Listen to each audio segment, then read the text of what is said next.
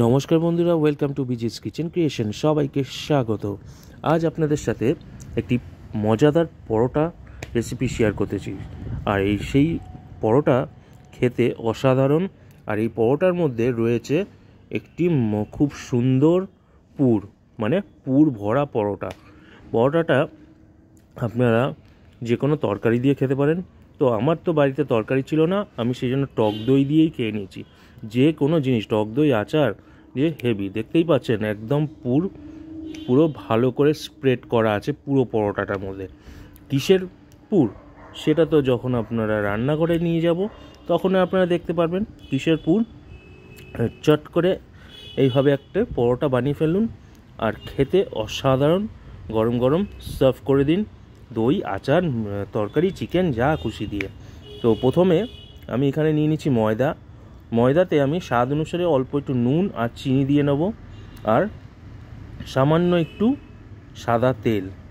ওমের জন্য সামান্য একটু, বেশি দেবেন না, বেশি দিলে কিন্তু পরোটা একদম খাস্তা হয়ে যাবে আর পুরো একদম পাঁপড়ের মতন কর্মর হয়ে যাবে। তো ভালো লাগবে না। সামান্য একটু দিয়ে ভালো করে মিক্সড করে নেব, তারপরে অল্প জল দিয়ে সুন্দর করে একটা সুন্দর ডো তৈরি করে নেব।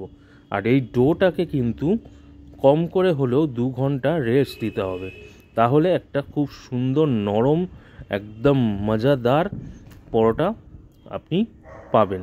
তো খুব সুন্দর করে এইভাবে আমি মেখে নিয়েছি। ভালো করে কিন্তু এটা ডলতে হবে, ভালো করে এরকম ডলে মাখতে হবে। তারপর চাপা দিয়ে কম করে 2 ঘন্টা দিয়ে দিতে হবে। আর ওই পাশে আমি পুরটা বানানোর জন্য কড়াইতে দিয়ে দিয়েছি কুচনো পেঁয়াজ দিয়ে দিয়েছি।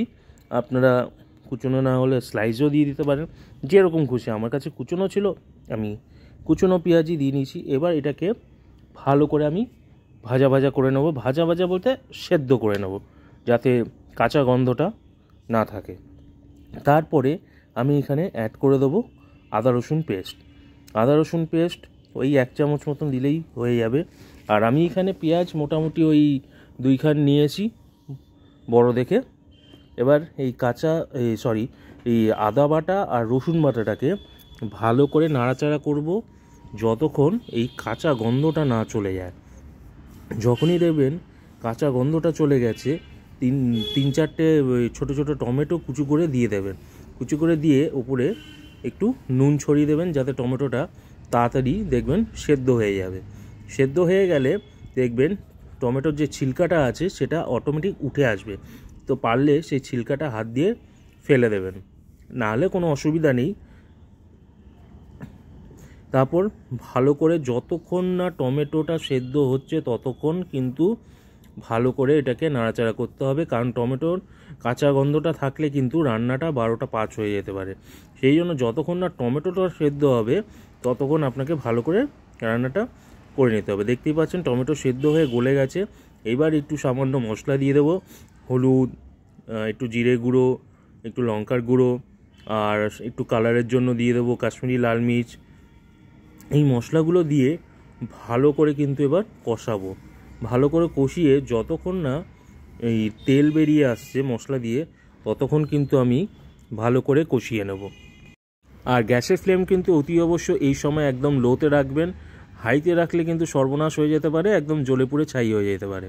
আর এদিক ওদিক যাবেন না, আর মোবাইলে দেখা দেখিও বন্ধ করুন। মোবাইলে সিরিয়াল দেখতে গেলে কিন্তু রান্না একদমই হবে না। তো এইভাবে এইবার একটু হাতে করে আমি ওই কাসুরি মেথি নিয়ে নিয়েছিলাম। খুব সুন্দর একটা ফ্লেভার একটা পাওয়া যাবে খুব সুন্দর পরোটার মধ্যে। তো এই কাসুরি মেথিটা দিয়ে আমি ভালো করে এবার ওই মশলার সাথে নাড়াচাড়া করে, দেখতেই পাচ্ছিলেন মশলা কিন্তু তেল অলরেডি ছেড়ে দিয়েছে। এইবার হচ্ছে সেই টুইস্ট, কি সেই পুর যেটা আমি এখানে ব্যবহার করেছি। সেটা কিছুই না, চিকেন আমি একটু কিমা করে নিয়েছিলাম। আর চিকেন কিমা আপনারা বাড়িতেও করে নিতে পারেন, বা যে কোনো দোকান থেকেও আপনারা করে নিয়ে আসেন। সেই চিকেনের কিমাটাকে এবার আমি দিয়ে দেবো। আমি এখানে একটা ওই ব্রেস্ট নিয়েছিলাম, সেটাকে বাড়িতেই কিমা করে নিয়েছি। আপনারা চাইলে দোকান থেকে করে নিয়ে আসতে পারেন। এবার ভালো করে এই কিমাগুলো এই খুন্তি হোক, স্প্যাচুলা হোক, যার সাথে হোক, ভালো করে কিন্তু ভেঙে দেবেন। নাহলে কি হয়, এটা একটা দলা পেকে যায়, যেরকম মাছের ডিম ছাড়লে দলা পেকে যায় সেরকম দলা পেকে যায়। এইভাবে ভালো করে গুঁড়ো করে ভেঙে দেবেন। আর তার উপর দিয়ে সামান্য একটু গুঁড়ো দুধ ছড়িয়ে দেবেন। গুঁড়ো দুধটা ছড়ালে অ্যাকচুয়ালি একটা খুব সুন্দর ফ্লেভার আসে, একটা ক্রিমি ব্যাপার আসে এই রান্নাটার মধ্যে। যেহেতু এটা একটা পুর হবে পরোটার মধ্যে, ওপরে একটু হালকা একটু নোনতা নোনতা, ভেতরে একটু এরকম ক্রিমি টাইপের, খুব ডিলিশিয়াস, মানে খুব বলতে পারবো না যে কেমন টেস্টটা আসে, খুব সুন্দর একটা ফ্লেভার আসে। এবার হালকা একটু জল দিয়ে মাংসটাকে এবার কিন্তু আমি সেদ্ধ করে নেব। যতই মিক্সিতে হোক বা হাতে কিমা করে হোক, যেটাই হোক না কেন, একটু মাংসটাকে একটু সেদ্ধ করতে হলে সামান্য একটু জল দিয়ে না ফোটালে কিন্তু ঠিকঠাকভাবে সেদ্ধ হয় না, একটু শক্ত শক্ত বা থেকে যায়। সেই জন্য সামান্য একটু জল দিয়ে ভালো করে এটাকে ফুটিয়ে নেব। আর ফুটিয়ে নিয়ে এটা কিন্তু একদম শুকনো হবে, ড্রাই হবে, কোনো রকম গ্রেভি কিন্তু থাকবে না।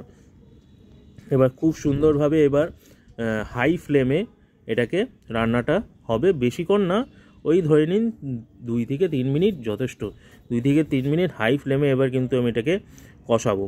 আর যতক্ষণ এটাকে কষছে ততক্ষণ কিন্তু আপনারা আমার চ্যানেলটাকে সাবস্ক্রাইব করে দিন। আর সাবস্ক্রাইব অবশ্যই বেল আইকনটা অতি অবশ্যই ক্লিক করবেন, তার সাথে শেয়ার করে দেবেন বন্ধু বান্ধব আত্মীয় স্বজন সবার সাথে। আর কমেন্ট করে জানাবেন কেমন লাগছে আর কী ধরনের রান্না আপনারা দেখতে চান। এবার শেষে একটা চটপটাভাবে এখানে আমি একটু বাটার দিয়ে দিলাম। এটা কিন্তু ফুল অপশনাল, আপনারা এটা ব্যবহার করতেও পারেন, নাও করতে পারেন। বাটারটা দিলে, যেহেতু আমি দুধের এই ব্যবহার করেছি তার জন্য আমি এখানে বাটারটা দিলাম। আপনারা চাইলে এটা কিন্তু পুরোপুরি স্কিপ করতে পারেন, দুধের গুঁড়োটাও স্কিপ করতে পারেন, প্লাস এই বাটারটাও স্কিপ করতে পারেন। তাতে কোনো রান্নার যে অসুবিধা হবে সেটা হবে না। শুধু একটা যে খুব সুন্দর একটা ক্রিম ভাব পাবেন সেটা পাবেন না, কিন্তু যে টেস্ট হবে না সেটা কিন্তু না। ওইটাতেও টেস্ট হবে, এটাতেও টেস্ট হবে, দুটো আলাদা ধরনের টেস্ট হয়ে যাবে। এটা আপনারা আপনাদের ইচ্ছা মতন করে নিতে পারেন। এইবার দেখতেই পাচ্ছেন মোটামুটি অনেকটা কিন্তু শুকিয়ে এসছে। আর এবার আমি উপর দিয়ে সামান্য একটু ধনেপাতা ছড়িয়ে দিলাম, যেহেতু আমার খুব ভালো লাগে ধনেপাতাটা, সেটা ছড়িয়ে নিলাম। আর আপনারা চাইলে যদি আপনারা মনে করেন যে এটাকে একটু ঝাল দেবেন তাহলে একটু কাঁচা লঙ্কা কুচিও ছড়িয়ে দিতে পারেন, কিন্তু আমার সেটা প্রয়োজন মনে হয়নি, তার জন্য আমি দিইনি। তো দেখতেই পাচ্ছেন পুরোপুরি একদম শুকিয়ে গেছে। এবার এটাকে ঠান্ডা করতে রেখে দেবো। এবার চলুন দেখা যাক। আমার ময়দাটা কিন্তু ফুলে ফেপে গেছে খুব সুন্দরভাবে, মনে হচ্ছে একদম ঘুম থেকে উঠে যেরকম চোখ ফুলে যায় সেরকমভাবে ময়দাটা কিন্তু ঘুম থেকে 2 ঘন্টা পর খুব ফুলে গেছে চোখটা। এবার ওটাকে নিয়ে একটু ধুমধাম করে মেরে নিতে হবে ঘুমটা ভাঙানোর জন্য। তারপর এখানে আমি লেচি বানিয়ে নেবো। মোটামুটি আমি যা পরিমাণে ময়দা নিয়েছি তা দিয়ে মোটামুটি 5টা মতন হয়ে যাবে পরোটা। তো আমি ওই 5-6টা মতো লেচি কেটে নিচ্ছি। এইবার এরকম গোল গোল করে মাঝখানটাকে একটু গ্যাপ করে নেব, একটু জায়গা করে, মানে একটু বাটি টাইপের করে নেব। তারপর সামান্য একটু পুর দিয়ে ভালো করে মুড়ে নেবো। বেশি কিন্তু ঠেসে পুর দেবেন না, তাহলে কিন্তু পরোটার যখন বেলবেন তখন এদিক দিয়ে ওদিক দিয়ে সব দিক দিয়ে বেরিয়ে যাবে। সেই জন্য বেশি ঠেসে পুর দেবেন না, হালকা বাটির মতন এরকমভাবে করে নেবেন। মাঝখানে আন্দাজ মতন অল্প একটু পুর দেবেন, ওই মোটামুটি 1 চামচ মতন দেবেন, তার বেশি কিন্তু পুর দেবেন না। তারপর ভালো করে এইভাবে মুড়ে দেবেন, মুড়ে দিয়ে রেখে দেবেন। রেখে দিয়ে এরকম বেলেন চাকি দিয়ে এইভাবে নিয়ে অল্প একটু আটা ময়দা ছড়িয়ে নেবেন নিচে, নাহলে কিন্তু লেগে যাবে।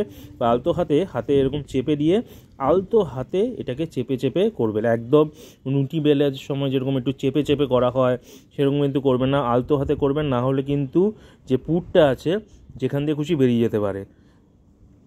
সেই জন্য আলতোভাবে করবেন। আর যদি সামান্যভাবে দেখতে পাচ্ছেন সামান্য অল্প অল্প বেরোচ্ছে, তাতে কোনো ভয়ের কোনো কারণ নেই। ওপর দিয়ে একটু আটা ময়দা ছড়িয়ে দেবেন, ওটা কিছু হবে না। কারণ বেশি জোরে চাপলে কিন্তু পুরোপুরি বেরিয়ে যাবে। তো এইখানে প্রথমে একটা শুকনো তাওয়াতে আমি এটাকে হালকা করে সেঁকে নেবো সবকটা পরোটাকে। প্রথমে হালকাভাবে সেঁকে নেব, তারপর অল্প অল্প তেলে বা ঘিতে বা বাটারে যেটাই আপনার পছন্দ হয় সেটাতে ফ্রাই করব। প্রথমে সবকটা পরোটা এরকম হালকা করে সেঁকে নিচ্ছি। এরকম আটাগুলো যেগুলো দিয়েছিলাম গুঁড়ো, তার জন্য এগুলো এখানে আটাগুলো পড়ে রয়েছে, সেগুলোকে কোনো ব্যাপার না ছড়ি, কারণ এই আটাগুলো যদি আমি না দিই তাহলে কী হবে, যেহেতু পুর দেওয়া রয়েছে একটার সাথে একটা লেগে যাবে ভেতরে। এইবার 1 চামচ 2 চামচ করে তেল দেব আর পরোটাগুলোকে সাটাসাট ভেজে নেব। গরম গরম পরোটা খেতে কিন্তু খুবই ভালো লাগে, এমনি পুর হোক বা পুর ছাড়া হোক খুবই ভালো লাগে। মাঝে সাঝে এরকম মজাদার পুর ভরা পরোটা বাড়িতে সবাইকে বানিয়ে করে খাওয়ান, সবাই খুব ভালো লাগবে। এইভাবে আলতো হাতে পুরো পরোটাকে ভেজে নেব অল্প অল্প তেল দিয়ে। খুব বেশি আমি তেল ব্যবহার করি না, সেই জন্য আমি অল্প তেলেই আমি এটাকে ভাজি। আপনারা যদি মনে করেন একটু বেশি তেল দিয়ে ভাজবেন তো আপনারা ভাজতে পারেন। একটু চেপে চেপে ভাজবেন যাতে এটা ফুলে না যায়। আর খুব সুন্দরভাবে ভাজবেন। আর অপশনাল আমি বলে দিলাম, আমি সাদা তেল দিয়ে করছি, আপনারা চাইলে ঘি বা বাটার দিয়েও করতে পারেন, যেটা আরও বেশি টেস্টি হবে, আরও বেশি। খুব বাটার দিয়ে তো খুবই সুন্দর হয়। আর ঘিটা আমি জেনারেলি রান্নায় ব্যবহার করি, বাট এরকম ঘি দিয়ে পরোটা ভাজা আমি খুব একটা খেতে পছন্দ করি না, তার জন্য ঘি না, নর্মাল সাদা তেল দিয়েই করে দিয়েছি। তো এরকম দেখতেই পাচ্ছেন খুব সুন্দর একটা কালার চলে এসেছে পরোটার। এইবার পরোটাগুলোকে খেয়ে নেওয়ার পালা, কারণ আর বেশিক্ষণ অপেক্ষা করে রাখা যাচ্ছে না। এই পরোটাটা ভাজুক, ওইদিকে আমি পরোটাগুলো টেস্ট করি। এরকম দই দিয়ে, পেঁয়াজ দিয়ে বা আলুর দম দিয়ে, তরকারি দিয়ে, চিকেন দিয়ে, মটন দিয়ে, যেরকম খুশি দিয়ে পরিবেশন করুন। তো বন্ধুরা, আজকের মতন কিন্তু বিদায় নিচ্ছি। খুব শীঘ্রই আরেকটা নতুন ভিডিও নিয়ে আবার চলে আসব। ততদিন আপনারা ভালো থাকুন, সুস্থ থাকুন, সবাইকে নিয়ে ভালো থাকুন। আর প্লিজ চ্যানেলটাকে সাবস্ক্রাইব করে দেবেন। আর যারা ফেসবুক থেকে দেখছেন তাদের চ্যানেলটাকে প্লিজ ফলো করে দিন। আর অতি অবশ্যই শেয়ার করবেন, লাইক করবেন, আর কমেন্ট করে জানাবেন কেমন লাগছে আমার এই রেসিপি। তো গুড নাইট, সবাই ভালো থাকুন।